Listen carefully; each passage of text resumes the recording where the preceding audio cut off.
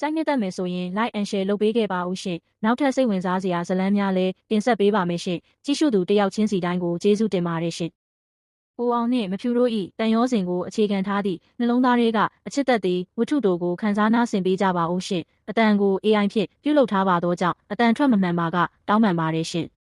ထိုနေ့ကတာယာသောညနေခင်းတစ်ခုဖြစ်တင်တော်လဲရုတ်တရက်ရွာချလိုက်သည့်မိုးဖွဲများကြောင့်မြို့လေး၏လမ်းမများမှာဆူဆွနေတဲ့ကိုအောင်တယောက်စာကြည့်တိုက်မှအပြန်လမ်းဘေးကစောက်ဆိုင်လေးအမိုးအောက်တွင်မိုးခိုနေသောမိန်းကလေးတဦးကိုသတိထားမိလိုက်တယ်။သူမမှာထိုမြို့လေးသို့အတိတ်ရောက်လာသည့်မူလာတန်းပြဆရာမလေးမဖြူဖြစ်တယ်။သူမ၏ဖြူစင်သောမျက်နှာထက်တွင်စိုးရိမ်စိတ်အချို့ရှက်တန်းနေပြီးလက်ထဲတွင်လည်းစာအုပ်အချို့ကိုပွေ့ပိုက်ထားတယ်။ဆရာမဒီထီးလေးယူသွားလိုက်ပါဟုကိုအောင်ကရှက်ကိုရှက်ကန်းဖြင့်ကမ်းပေးခဲ့တယ်ထိုစဉ်ကမဖြူ၏ကျေးဇူးတင်ပါတယ်ရှင်ဆိုသည့်စကားသံအေးအေးလေးမှာကိုအောင်လုံးသားထဲတွင်ပထမဆုံးအကြိမ်ဖြစ်ပဲ့တင်ထပ်သွားခဲ့တယ်နောက်ရက်များတွင်စာကြည့်လိုက်သည်သူတို့နှစ်ဦးစုံစည်းရာနေရာဖြစ်လာခဲ့တယ်ကိုအောင်ကသူနှစ်သက်သောကြပြစာအုပ်များကိုရွေးချယ်ပေးတတ်ပြီးမဖြူကလည်းထိုစာအုပ်များကိုဖတ်ရှုကာခန်းစားချက်ချင်းဖလှယ်ကြတယ်တခါတရံညနေခင်းများတွင်မြို့ပြင်ကရေကန်ပေါင်ပေါ်၌လမ်းလျှောက်ရင်းရှေ့ဆက်ရမည့်အနာဂတ်အကြောင်းများကိုတိုးတိုးတိတ်တိတ်ပြောဖြစ်ကြတယ်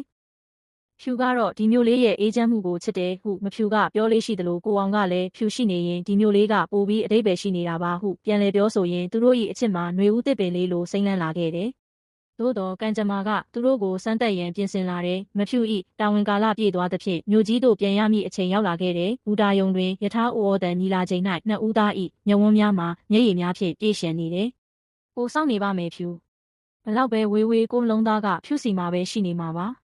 ယထာကြီးတဖြည်းဖြည်းဝေးကွာသွားသည့်အထိကိုအောင်လက်ပြနှုတ်ဆက်နေခဲ့တယ်ထိုနေ့မှစ၍ကိုအောင်အတွက်နေ့ရက်တိုင်းမှာလွမ်းမောဖွယ်ရာများဖြင့်သာပြည့်နေခဲ့တယ်ဖုံးဆက်သည့်အခါတိုင်းလဲဝေးကွာခြင်းဤဒဏ်ကိုနှစ်ဦးသားခံစားနေရတယ်ပို၍ဆိုသည်မှာမဖြူ၏အိမ်တွင်လူကြီးချင်းစီစဉ်နေသည့်အိမ်တော်ရေးကိစ္စများရှိနေသည်ဟုသောသတင်းဖြစ်တယ်ကိုအောင်သည်ဇွဲမလျှော့ခဲ့ပေသူ၏စုဆောင်းထားသမျှနှင့်ရဲရင်သောစိတ်ဓာတ်ကိုအရင်ပြုကာမဖြူရှိရာမြို့ကြီးသို့လိုက်သွားခဲ့တယ်မဖြူ၏မိဘများရှေ့တွင်သူ၏ရိုးသားမှုနှင့်မဖြူအပေါ်ထားရှိသောခိုင်မာသည့်မေတ္တာကိုအားနာမှုမရှိဘဲဖွင့်ဟပြောကြားခဲ့တယ်ကျွန်တော်မှာရွှေငွေတွေအပုံပင်မရှိပေမဲ့ဖြူကိုတစ်သက်လုံးတန်ဖိုးထားဆောက်ရှောက်သွားမဲ့တစ္ဆာတရားတော့ရှိပါတယ်ကိုအောင်၏တည်ကြည်မှုနှင့်မဖြူ၏ပြတ်သားသောဆုံးဖြတ်ချက်တို့ကြောင့်လူကြီးများကသဘောတူခဲ့ကြတယ်နောက်ဆုံးတွင်သူတို့နှစ်ဦးဆုံတွေ့ခဲ့သည့်မြို့လေး၌ပင်ရိုးရှင်းသောမင်္ဂလာဦးဆွမ်းကြွေးပွဲလေးကျင်းပခဲ့တယ်။မိုးဦးကြကာလ၏အေးမြသောလေပြေလေးများကြားတွင်ကိုအောင်နှင့်မဖြူတို့သည်လက်ချင်းတွဲလျက်ဖျားเจ้าဆောင်ပေါ်သို့တက်လှမ်းနေကြတယ်။ရန်မောဖွယ်နေ့ရက်များကိုကြော်ဖြတ်ပြီးနောက်သူတို့နှစ်ဦး၏အပြုံးများမှာຫນွေဦးရာသီ၏ပန်းများထက်ပိုမိုလှပနေခဲ့တဲ့ချစ်ချင်းမြတ်တာသည်အမှန်တကယ်ပင်ဂရိတီသူများအတွက်တာယာသောအဆုံးသက်ကိုပေးစွမ်းနိုင်ခဲ့ပါတော့တယ်။